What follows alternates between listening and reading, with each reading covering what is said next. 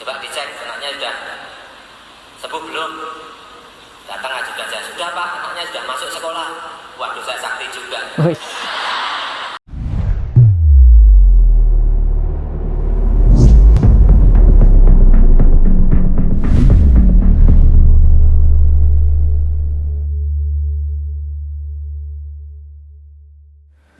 Video kali ini gue akan kembali membongkar sebuah kasus yang sedang ramai banget nih di media sosial.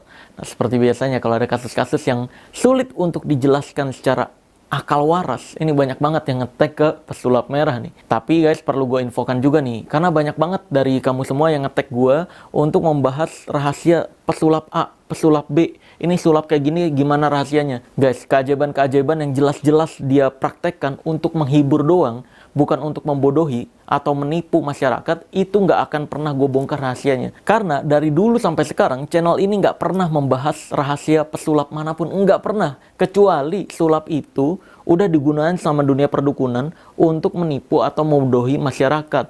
Nah, itu pasti gue bongkar rahasianya. Terus juga banyak banget nih dari kamu semua yang ngetek-ngetek gue untuk ngebahas dukun A, dukun B, dukun C, ngebahas dukun A secara personal gitu. Kamu bisa cek guys, dari A sampai Z, dari video awal gue upload sampai sekarang, itu nggak pernah ada satu video yang membahas personal seseorang.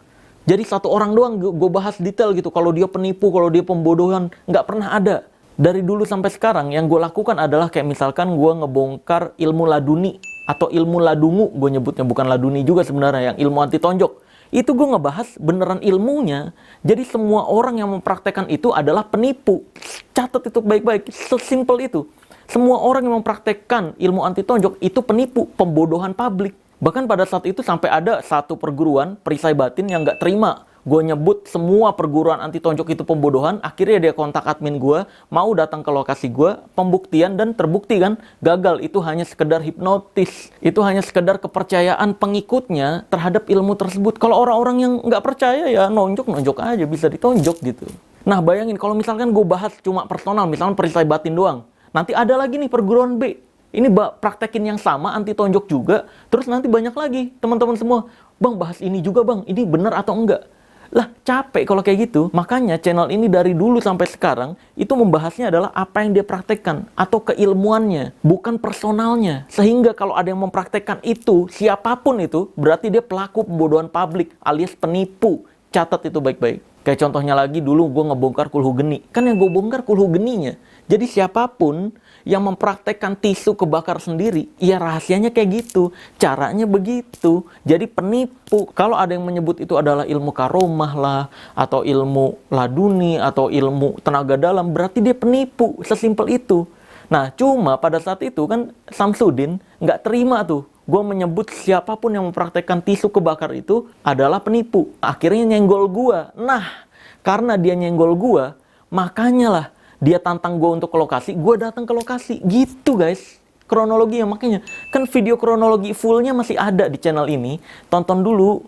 Gue nggak ujuk-ujuk bahas Samsudin. Samsudin itu penipu. Samsudin itu adalah pembohong. Nggak kayak gitu, nggak ujuk-ujuk kayak gitu.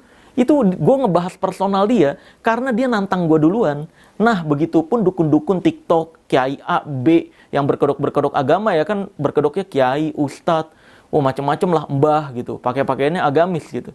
Nah, kalau misalkan mereka nantang gue atau kontak ke admin gue secara terbuka untuk nantang, ya welcome, datang aja sini pembuktian gitu kan. Jangan malah keluar-keluar doang di video gitu. Ya datang aja ke kantor gue, terbuka sini. Siapapun yang mau pembuktian, yang nggak terima omongan gue atau mau debat terbuka, tunjukin salahnya gue di mana, silahkan kontak ke admin gue buat jadwal pembuktian. Kalau lu terbukti kalah dan salah, apa yang mau lu kasih buat gue? Karena gue udah ngasih waktu berharga gue nih buat lu nih. Gitu. Pikirin itu baik-baik. Kalau lu pengen ketemu gue doang terus kalah, bener-bener, ya buat apa gue ngeladenin orang-orang yang dungu-dungu kayak gitu? Kalau sampai ilmunya tidak terbukti atau apa yang dia yakini itu salah, maka dia harus mengakui diri sebagai penipu, pelaku pembodohan publik, itu di pembuktian santet. Tapi kalau pembuktian umum, kalau mau ngajuin pembuktian, welcome. Kontak ke admin gue, terus bilang, kalau saya terbukti salah, saya punya hadiah 500 juta buat pesulap merah, misalkan gitu. Wah, pasti gue iyain. Welcome, ayo datang. Secepatnya. Gitu. Kalau misalkan ada kayak gitu, enak banget gue. Lebih semangat lagi gue ngulik dan debat terbukanya. welcome. Maka dari itu, please ini mah catat baik-baik, gue nggak akan membahas personal orang. Kalau misalkan kamu mau nge-request gue untuk ngebongkar sesuatu, kasih aja video yang dia praktekin apa, misalkan bisa keluar asap. Nah, kan udah gue bongkar juga tuh. Yang udah gue bongkar nggak akan gue bongkar lagi. Misalkan dia bisa ngebuat gabus, disentuh doang meleleh gitu. Kirimin aja videonya, bang bongkar ini dong, ini gimana caranya. Jadi gitu guys, bukan ngebongkar si personal A-nya, bukan. Tapi apa yang dia praktekin. Oke? Udah paham ya? Nah, kalau di video kali ini gue akan membahas tentang kesaktian Pak Jokowi. Wah, luar biasa nih. Sekali lagi ini karena nyerempet politik, gue perlu tekankan bahwa dalam dunia politik, gue tidak memihak manapun. Gue nggak memihak Pak Jokowi, gue nggak memihak Pak Anies Baswedan, gue nggak memihak Pak Ahok, gue juga nggak memihak Pak Prabowo, gue juga nggak memihak Pak Ganjar, atau siapapun itu. Kalau urusan politik, kalau benar ya gue bilang benar, salah ya gue bilang salah. Sesimpel itu. Dalam dunia agama juga gue nggak memihak NU, memihak Muhammadiyah, HTI atau siapapun itu. Kalau apa yang disampaikan ada dalilnya di Al-Quran ataupun hadis ataupun pendapat para ulama dari 4 mazhab, ini pasti gue ambil pendapatnya. Mau dari organisasi manapun, karena Islam ya Islam satu, tok udah. Jangan dibeda-bedain. Islam NU, Islam Muhammadiyah, Islam AIWU, itu organisasi doang yang berbeda. Islamnya tetap Islam gitu. Kalau benar ya benar, salah ya salah. Kalau misalkan ada dongeng-dongeng kayak turun rantai emas lah, bisa terbang lah dan semacamnya, sorry to say, gue tidak percaya. Mohon maaf. Oke, gue rasa udah paham. Sekarang lanjut lagi ke pembahasan. Jadi ada kisah bahwa Pak Jokowi ini bisa menyembuhkan orang kesurupan dan menyembuhkan orang sakit. Nah, langsung aja nih. Kita tonton dulu videonya, baru kita bahas. Dan kita jelaskan apa yang sebenarnya terjadi. Nah, sebenarnya kamu semua bisa jadi seperti apa yang dilakukan Pak Jokowi itu. Nanti gue ajarin juga, pokoknya simak terus video ini baik-baik, dengerin baik-baik. Oke? Jokowi ternyata sakti, bisa sembuhin anak orang. Kita lakukan selama 8 tahun. Tapi saya heran. Mungkin lebih dari 15 warga yang datang ke saya, bawa anak kecil. Anaknya sakit. Saya tanya ke ibunya karena dibawa ke saya kan. Loh, kenapa dibawa ke saya, nggak ke dokter? Enggak Pak, ini anaknya minta disembuhkan Pak Jokowi. Loh, saya kan bukan dokter. Bingung juga saya. Saya lihat anaknya hangat. Saya cek kan, hangat. Waduh, saya apakan nih? Saya kan bukan dokter. Dan saya masuk ke kamar kecil. Apa ini? Tangan saya basuh sama air. Saya biarin ini biar agak dingin. Setelah itu saya keluar lagi. Dan saya doain, saya usap mukanya anak itu. Udah Bu, sembuh. Anaknya Mbak pulang. Pulang kan? Saya suruh ngecek besoknya sama ajudan saya. Coba dicek anaknya sudah sembuh belum? Datang ajudan saya, sudah Pak, anaknya sudah masuk sekolah. Waduh, saya sakti juga. Itu tidaknya sekali, 2 kali, 3 kali, lebih mungkin 15 kali. Tuh. Tapi yang paling parah kira-kira. Cerita Jokowi sakti, Lanjut lagi. bisa sembuhin orang kesurupan.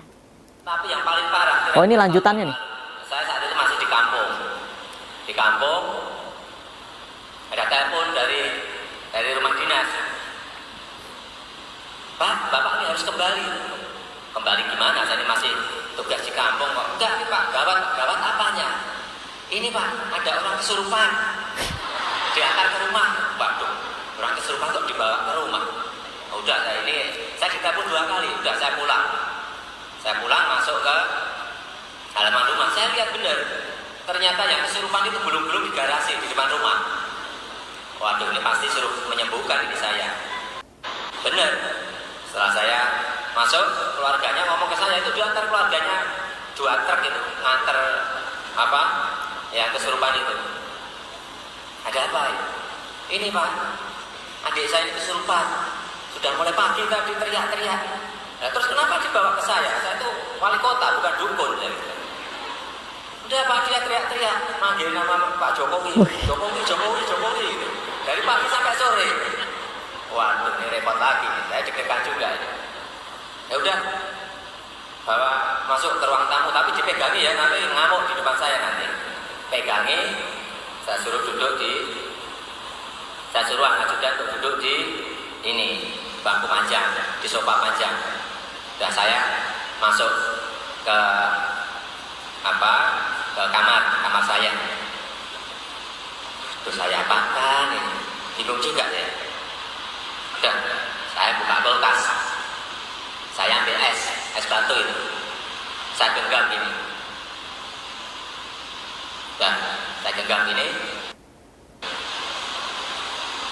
Saya lepas dan saya keluar. Udah, bawa sini. Saya doain dan saya usap lagi.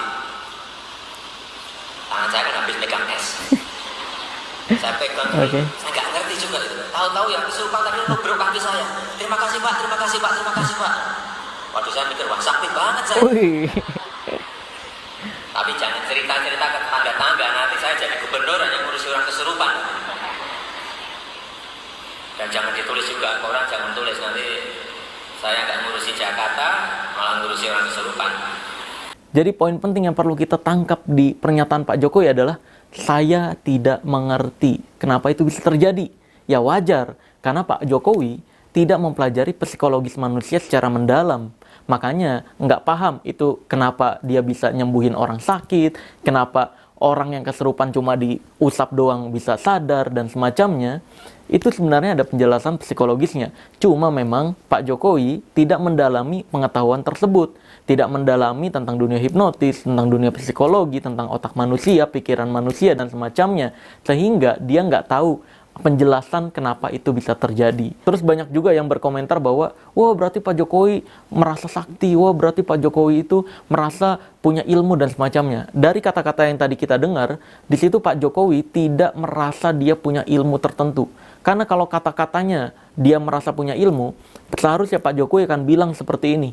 Ya memang saya punya ilmu keturunan dari leluhur saya, itu dikasih pegangan saya, makanya saya bisa menyembuhkan kesurupan dan orang yang sakit. Nah, kalau ngomongnya kayak gitu, baru Pak Jokowi ini jatuhnya membodohi masyarakat. Tapi kan enggak.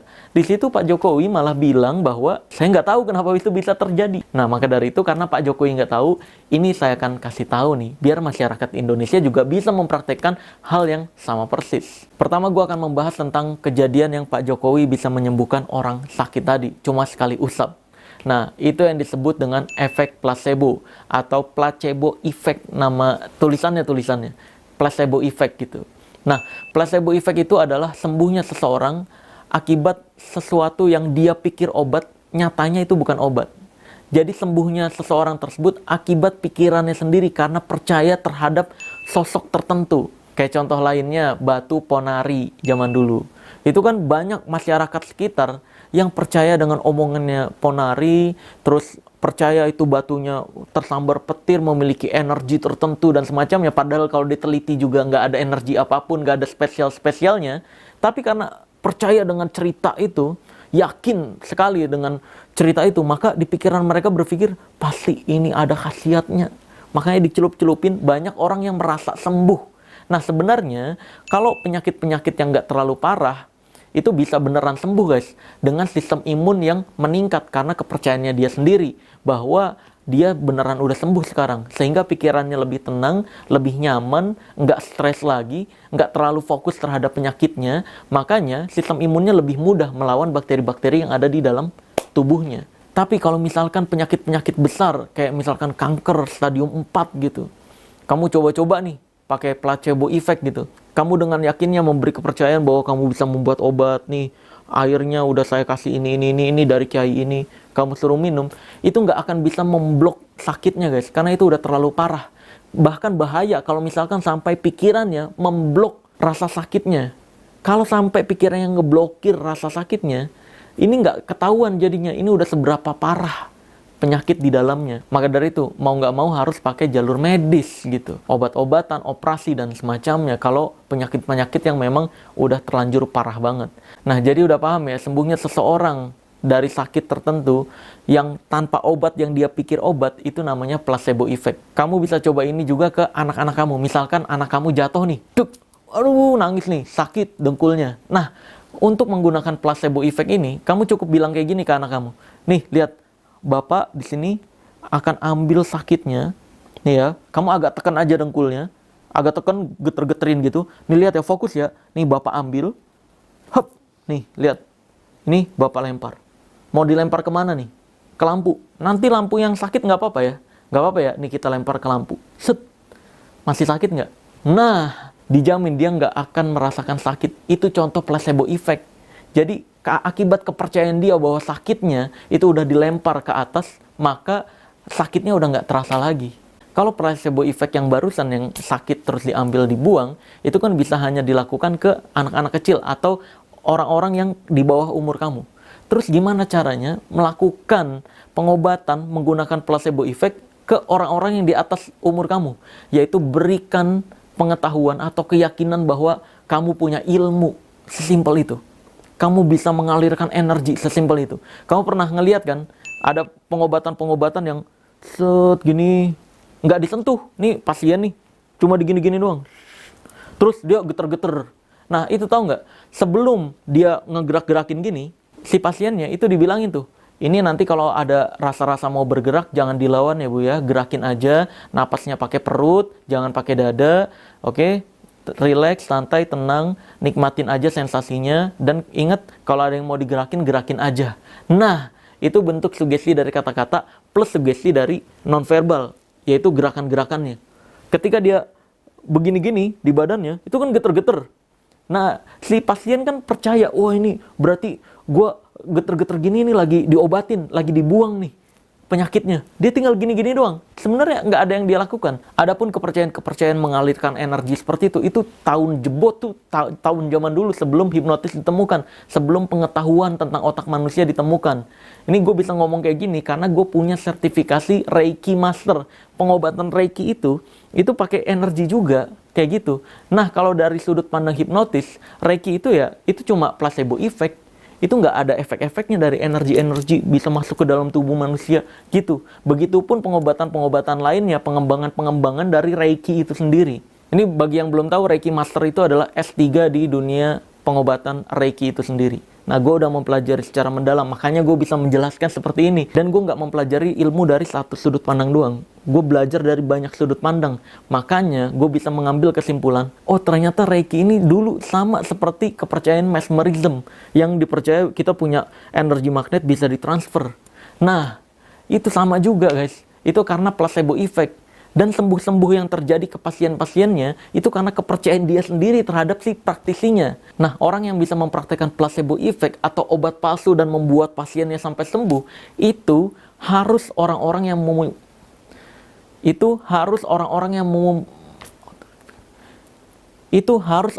memiliki otoritas, atau dalam dunia psikologi disebutnya authority figure. Jadi orang-orang yang memiliki otoritas besar nih, yang dianggap ketuanya lah di situlah, orang tuanya atau orang yang dihormatinya. Nah tadi, kenapa Pak Jokowi bisa menyembuhkan orang sakit?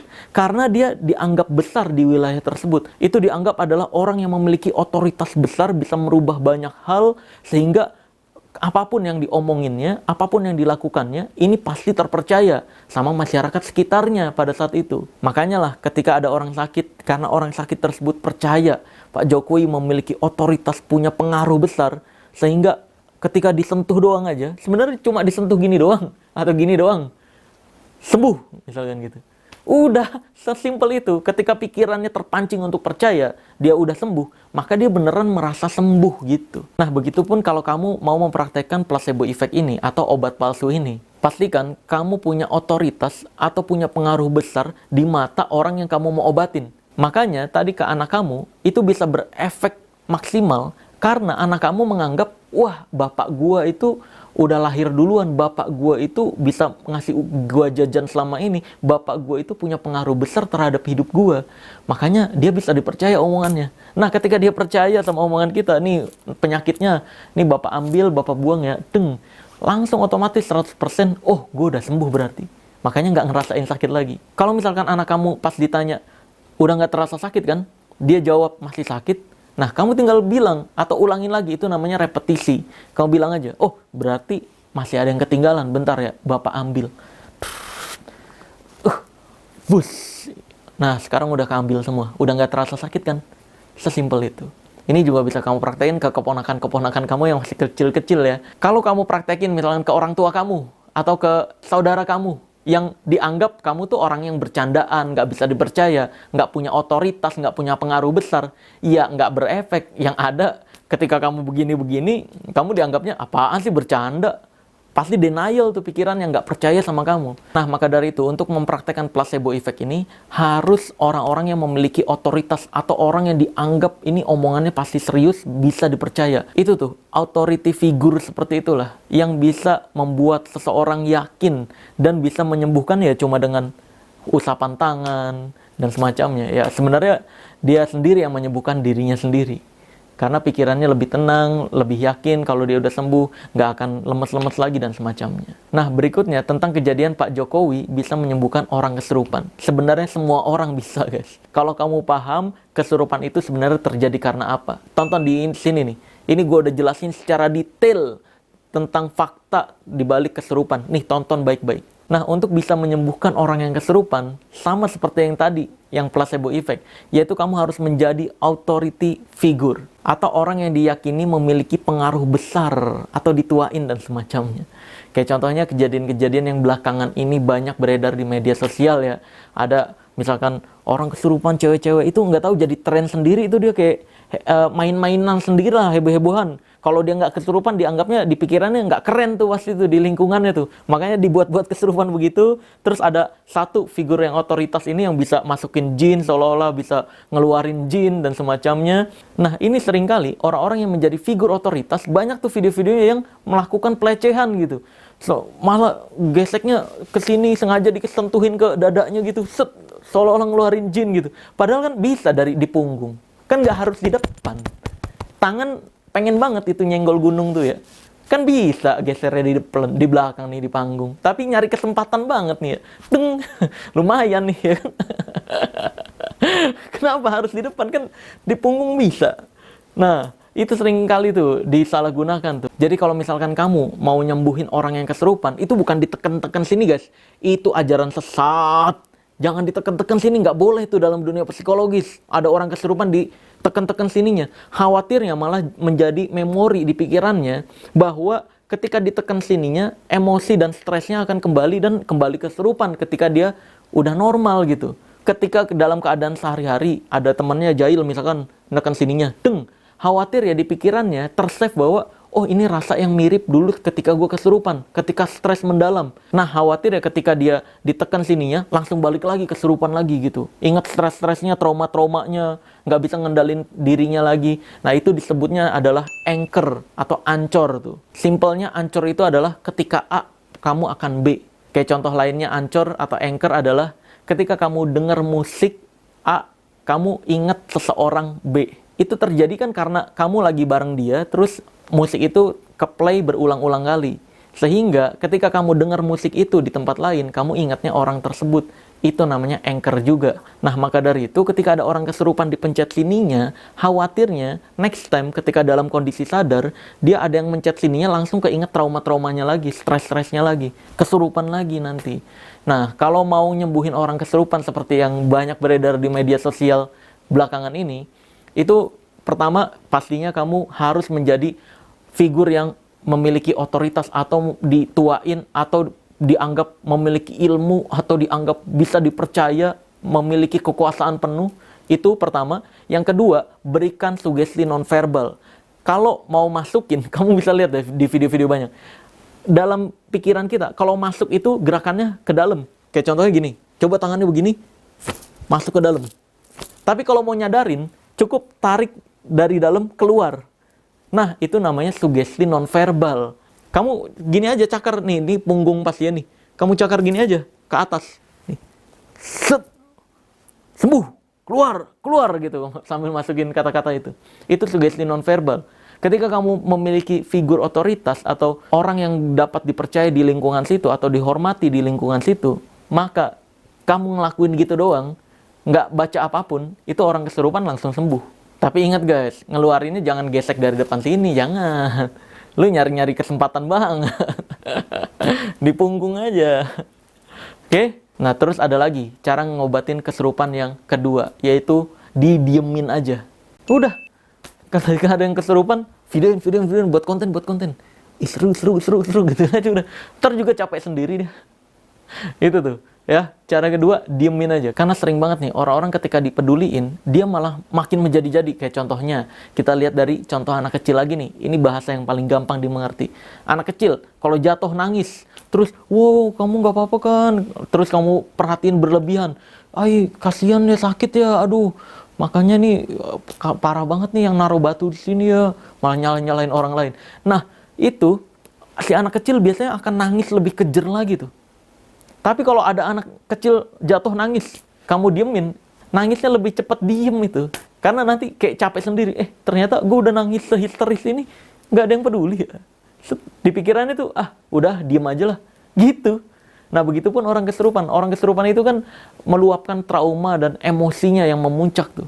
Itu yang disebut histeria. Ini pokoknya tonton aja nih penjelasan tentang penyebab kesurupan itu apa. Nah, kalau kamu semakin peduliin kayak, dia makin mau jadi-jadi nanti, gitu. Terus selain didiemin, ada lagi cara ketiga, yaitu mengobati kesurupan dengan kesurupan. Ini lucu nih, kayak misalkan ada orang kesurupan, ngaku-ngaku misalkan, ini DTD nih, dissociative trance disorder. Saya penunggu sini, saya Mbah A. Kalau mau dimain-mainin, simple banget, kamu kesurupan juga. Pura-pura aja gitu acting. Saya Mbah B, C, D. Kamu Mbah A, ngapain kamu kesini? Ini wilayah saya. Keluar kamu, keluar. Kalau nggak keluar, saya akan habisin rumah kamu. Saya ambil alih besok. Keluar, saya penguasa sini. Gitu. Jadi kamu kesurupan seolah-olah jin yang lebih besar daripada dia. Mengobati kesurupan dengan kesurupan. Itu lucu tuh. Itu lebih asik di videoin dulu sih. Videoin aja, upload jadi konten. Terus ada cara yang keempat, yaitu adalah kerjain dulu. Misalkan ada orang kesurupan, saya jadi macan, saya adalah macan. Wow. Kamu bilang aja, jadi macan ya. Tapi kalau macan tuh biasanya bisa ngaung. Ini mah ngaungnya kucing. Dia kan egonya perlu diakui orang kesurupan tuh. Maka dari itu kamu jangan akui egonya. Biasanya macan bisa ngaung, coba ngaung. Tadi mah ngaung kucing. Kan ngaungnya lebih gede lagi nih.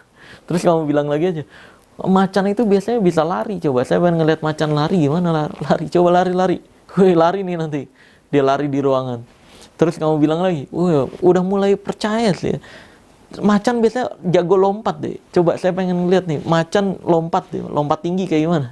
Nah, nanti lompat, kalau dia udah lompat, terus kamu bilang, macan biasanya kalau udah capek, dia tidur.